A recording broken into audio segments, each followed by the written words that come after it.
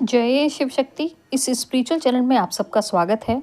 हम जिस बुक को यहाँ ऑडियो वीडियो फॉर्म में सुन रहे हैं उसका नाम है जीवात्मा जगत के नियम, the laws of spirit world. यह बुक नेशनल अवार्ड द्वारा सम्मानित है। यह बुक ऑटो राइटिंग पर बेस्ड है और 2 दिवंगत बेटों की आत्माओं द्वारा उनकी माता से ऑटो राइटिंग की फॉर्म में लिखवाई गई है। यह एक आध्यात्मिक बुक है और किसी भी जाति धर्म से इसका कोई लेना देना नहीं है, इसलिए यह बुक हमारी स्पिरिचुअल ग्रोथ में सहायक है। बस चेतावनी ये है कि खुद से कभी भी ऑटो राइटिंग करने की चेष्टा ना करें, क्योंकि यह कला ईश्वर द्वारा किसी खास को दी जाती है और जानबूझकर ऐसा करना आपके लिए हानिकारक हो सकता है। चैनल को सब्सक्राइब करके, वीडियो को लाइक एंड शेयर करके आप इस आध्यात्मिक विकास की मुहिम में हमारी सहायता कर सकते हैं। साथ में बने रहिए। धन्यवाद। सुनते हैं बुक की समरी। हेलो फ्रेंड्स, चलिए आगे पढ़ते हैं। पुनर्जन्म क्यों जरूरी है? जीवात्मा जगत में ही हम आध्यात्मिक उन्नति क्यों नहीं करते? समय समय पर आप पृथ्वी पर अपनी आत्मा के विकास के लिए आते हैं। आध्यात्मिक रूप से उन्नत होने के लिए एक ही जीवात्मा पृथ्वी पर सैकड़ों हजारों बार जन्म लेती है।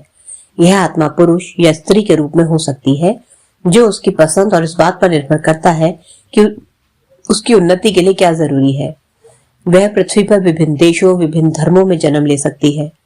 पुनर्जन्म का अर्थ है एक ही जीवात्मा का पृथ्वी पर कई जन्मों तक शरीर धारण करते रहना। ऐसा नहीं है कि आप पृथ्वी पर पहली बार आए हैं। आपका यह जन्म आपके कई पुनर्जन्मों में से एक है। ज्यादातर किस्सों में जीवात्मा जगत के 5वें, 6ठे और 7वें लोगों की आत्माओं की उन्नति धीमी होती है, क्योंकि वहां स्पंदन अच्छे होते हैं।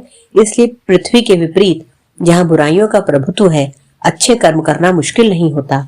इसलिए पृथ्वी पर एक भली आत्मा छोटे से छोटा सत्कर्म करके भी तेजी से उन्नति करती है।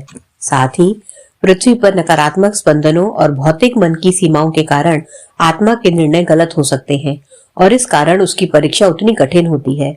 पृथ्वी पर अपने आध्यात्मिक विकास के लिए आपको अपने अवचेतन मन का भौतिक मन की तुलना में काफी ज्यादा उपयोग करना होता है, लेकिन एक भली आत्मा द्वारा पृथ्वी पर पुनर्जन्म लेने में यह जोखिम रहता है कि आध्यात्मिक दृष्टि से उसका अधपतन हो सकता है। यदि वह जीवात्मा जगत में रहे तो उसका विकास बहुत ही धीमी गति से होगा, लेकिन उसका अधपतन कभी नहीं होगा। जीवात्मा जगत में रहकर धीमी किंतु निरंतर प्रगति करना अथवा पृथ्वी पर आकर जोखिम के साथ तीव्र गति से विकास करना, यह प्रत्येक आत्मा की अपनी स्वतंत्र इच्छा पर निर्भर करता है। पुनर्जन्म का चक्र केवल तब समाप्त होता है जब मनुष्य अपने सांसारिक जीवन कार्य पूरे कर लेता है, अपने कर्मों के फल भोग लेता है और 7वें लोक के 9वें स्तर में पहुंचता है। इस प्रकार आप सही मायने में भौतिक अनुभवों से परे पहुंचते हैं, अर्थात तब आप पृथ्वी पर रहकर भी एक जीवात्मा की तरह चिंतन करना और रहना सीख लेते हैं। हम पूर्णता की बात नहीं कर रहे। कोई भी मनुष्य अपने आप में पूर्ण नहीं होता। हम केवल इतना कह रहे हैं कि मनुष्य को अपना सर्वोत्तम प्रयास करना चाहिए। अपनी जीवात्मा को इस तरह प्रशिक्षित करना चाहिए कि वह अगले विश्व की ओर जाने के लिए तैयार हो। पृथ्वी पर आप इसे पूरी तरह नहीं समझ पाएंगे। अपनी स्थिति के बारे में आप जीवात्मा जगत में जाकर ही जान पाएंगे। पृथ्वी पर पुनर्जन्म लेने के लिए सभी आत्माओं को पुनर्जन्म की प्रक्रिया कही जाने वाली एक विशिष्ट प्रक्रिया का अनुसरण करना पड़ता है। पुनर्जन्म के लिए आपको अपने लोक की उच्च भली आत्मा से अनुरोध करना पड़ता है। पुनर्जन्म की इच्छा के कारण भी बताने पड़ते हैं। मुख्य कारण अक्सर कर्मों का हिसाब चुकाना, अपना जीवन कार्य पूरा करना और आध्यात्मिक उन्नति करना होते हैं। यदि आत्मा के कर्म बहुत अधिक हो तो जीवात्मा जगत में उसके फल से मुक्त होना संभव नहीं होता, इसलिए उसे पृथ्वी पर पुनर्जन्म लेना पड़ता है। कभी कभी बिना अधिक कर्मों वाली आत्मा भी इस कारण धरती पर पुनर्जन्म चाहती है कि वहां उसका कोई प्रियजन राह भटक गया है, जिसकी मदद के लिए उसे पृथ्वी पर जाने की इच्छा होती है। आपको एक माँ का चयन करना होता है। जो आत्मा अच्छे आध्यात्मिक स्तर पर नहीं होती, उसका जन्म ऐसी माँ के गर्भ से हो सकता है जो आध्यात्मिक रूप से उन्नत हो, ताकि उस आत्मा का विकास हो सके। कभी कभी एक भली आत्मा किसी नकारात्मक स्वभाव वाली माँ से जन्म लेती है ताकि वह अपनी माँ को सुधार सके। इसके जरिए आत्मा कर्मों का फल भी भोग सकती है और परीक्षा और प्रशिक्षण की प्रक्रिया से गुजरती है। बहरहाल इसमें बहुत जोखिम होने के कारण कई बार आत्मा का आध्यात्मिक पतन हो जाता है। कभी कभी पिता के निकट रहने के लिए आत्मा माँ का चयन करती है। इस तरह दरअसल वह आत्मा पिता का ही चयन करती है। आपको यह स्पष्ट करना पड़ता है कि आप किस प्रकार का प्रशिक्षण और परीक्षण ग्रहण करना चाहते हैं। उदाहरण के लिए, आप उन लोगों और अनुभवों का चयन करते हैं जो आपको अपना जीवन कार्य, जो पृथ्वी पर आपकी प्रेरणा है, उसे सफलतापूर्वक करने के लिए आवश्यक सकारात्मक गुणों के विकास में मदद करते हैं। यदि आप अहंकार के लिए अपनी परीक्षा चाहते हैं, तो आपको ऐसे सबक दिए जाएंगे जो आपके अहंकार को लगातार तोड़ते रहेंगे और आपको विनम्रता की शिक्षा देंगे। आपको एक प्रवेशक का चयन करना पड़ता है। यदि पृथ्वी की स्थिति इतनी मुश्किल हो जाती है कि आप उसे संभाल नहीं पाते, लेकिन यदि आप सही रास्ते पर हैं, तो परिस्थिति के अनुसार जीवात्मा जगत से प्रवेशक कही जाने वाली एक भली आत्मा आकर उस अवधि के लिए आपके शरीर में प्रवेश कर लेगी। यह साधारण बात नहीं होती और केवल आपात स्थितियों में ही ऐसा होता है, जब परिस्थितियां पृथ्वी पर रहने वाली आत्मा की क्षमता से बाहर हों, अर्थात जब यह आपकी परीक्षा, प्रशिक्षण अथवा कर्म का हिस्सा नहीं होता। पृथ्वी पर रहने वाली आत्मा के संज्ञान के बिना उसका अवचेतन मन मदद के लिए पुकारता है। आप अपने जन्म और मृत्यु की तारीख तय करते हैं। आपकी मृत्यु की तारीख आपकी अंतिम तारीख भी कहलाती है। प्रथम लोक से 7वें लोक तक की सभी आत्माओं को पुनर्जन्म की इस प्रक्रिया से होकर गुजरने का अवसर मिलता है, परंतु प्रथम या दूसरे लोक की आत्माओं के पास निम्नतर लोकों में ठहरने अथवा अपने पूर्व जन्म के पापों और प्रथम या दूसरे लोक के अपने जीवन की संपूर्ण स्मृतियों के साथ बोझ ढोने वाले पशु के रूप में पृथ्वी पर वापस आने का विकल्प होता है। इन निचले लोकों की कुछ आत्माएं यह विकल्प चुनती हैं, क्योंकि वे अपने कर्मों का हिसाब तुरंत चुकता करना चाहती हैं। उन्हें इन लोकों और अपने पिछले जन्मों की स्मृतियां संजोए रखने की अनुमति मिलती है, ताकि वे यह समझ सकें कि बोझ ढोने वाले पशुओं के रूप में पुनर्जन्म क्यों हुआ और क्यों उन्हें दुख झेलना पड़ रहा है। यह स्मृति उन्हें इस कठिन पुनर्जन्म में पृथ्वी पर उनके द्वारा भोगे जा रहे कष्टों को सहने की ताकत देती है। उनके कर्म पूरी तरह मिट नहीं जाते हैं। यदि उनके कर्म बहुत अधिक गंभीर हैं, तो उनका फल भोगने के लिए उन आत्माओं को सैकड़ों पुनर्जन्म लग सकते हैं। यह पूरी प्रक्रिया चुनौतीपूर्ण मालूम पड़ती है, लेकिन ये सारे विकल्प आपको खुद ही नहीं चुनने होते। आपको अपने लोक की उच्च भली आत्मा और उसी लोक की 3 ज्ञानी आत्माओं के साथ बैठकर उन्हें बताना होता है कि आप क्या करना चाहते हैं। आपके द्वारा चुने गए विकल्पों में से वे आपका मार्गदर्शन करेंगे।